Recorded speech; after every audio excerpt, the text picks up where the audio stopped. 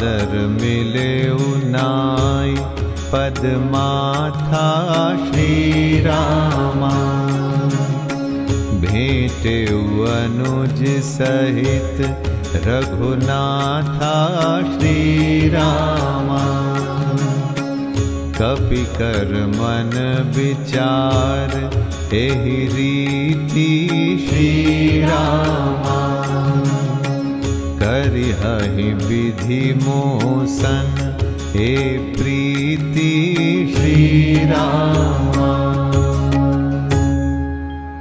तब हनुमंत उभय दिस की सब कथा सुनाई। पावक साखी दे